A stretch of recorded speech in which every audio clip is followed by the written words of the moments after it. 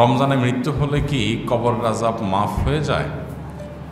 রমজানের মৃত্যু নিয়ে আমাদের অনেকের অনেক রকমের ধারণা আছে।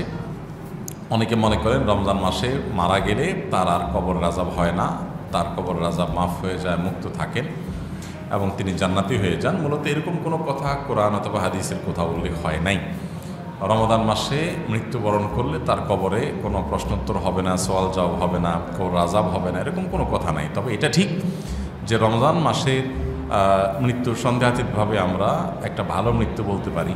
ইবাদতরত অবস্থায় মৃত্যু সন্দেহাতীতভাবে একটা ভালো মৃত্যু। আল্লাহর প্রতি সুধারণা করতে পারি যে আল্লাহ হয়তো তাকে মাফ করে দিবেন, তার প্রতি রহম করবেন। এটা জাস্ট আমাদের সুধারণার ব্যাপার।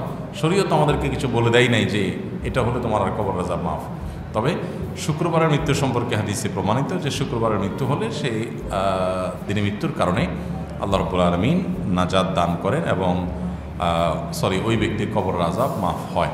সোয়াল জবাবের যে ফিতনা, আল্লাহ তাআলা সেটা থেকে শুক্রবারের মৃত্যুবরণকারীকে হেফাজতে রাখেন। এটা শুক্রবারের ফজিলত এবং এর মাধ্যমে আবার আমরা কেউ যোগ বিয়োগ না কষি তাহলে রবি, সোমবার, শনিবার, মঙ্গলবার, বুধবার, বৃহস্পতিবার মারা গেলে এরা বোধহয় সব জাহান্নামী, আর শুক্রবার মরে বোধহয় কেউ জাহান্নামী। অনেক অমুসলমান শুক্রবার মারা যায়।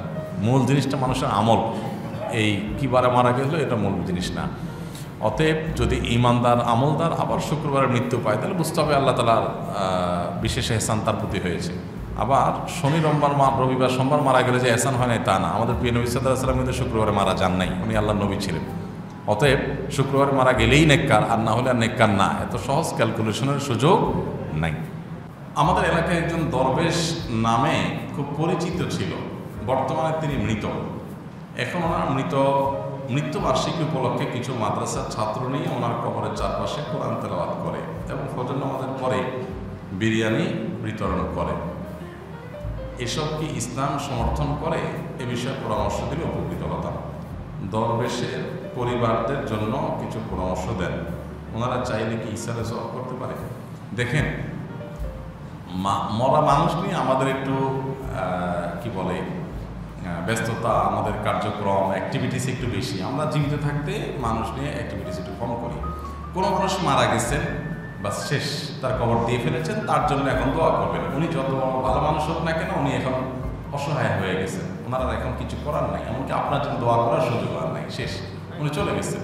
এখন ওনার জন্য আপনি দোয়া করবেন, আল্লাহর কাছে সালাম পেশ করবেন, বিনা ওই ব্যক্তির কবরকে কেন্দ্র করে কোনো আনুষ্ঠানিকতা, কবরের চারপাশে কোরআন তেলাওয়াত করা, এগুলো কোনোটাই শরিয়া সিদ্ধ কোনো কাজ না। কোরআন তেলাওয়াত যে কোনো জায়গায় করা যায়, বাসা বাড়িতে করতে পারেন, কবরস্থানে গিয়ে করলে গুনাহ হবে না। কিন্তু কবরস্থানে গিয়েই কেন করতে হবে? বাসায় থাকলে তো বাসায় করতে পারতেন, ওখানে গিয়ে করলে যে আলাদা কোনো ফজিলত আছে এরকম কোনো কথা নাই।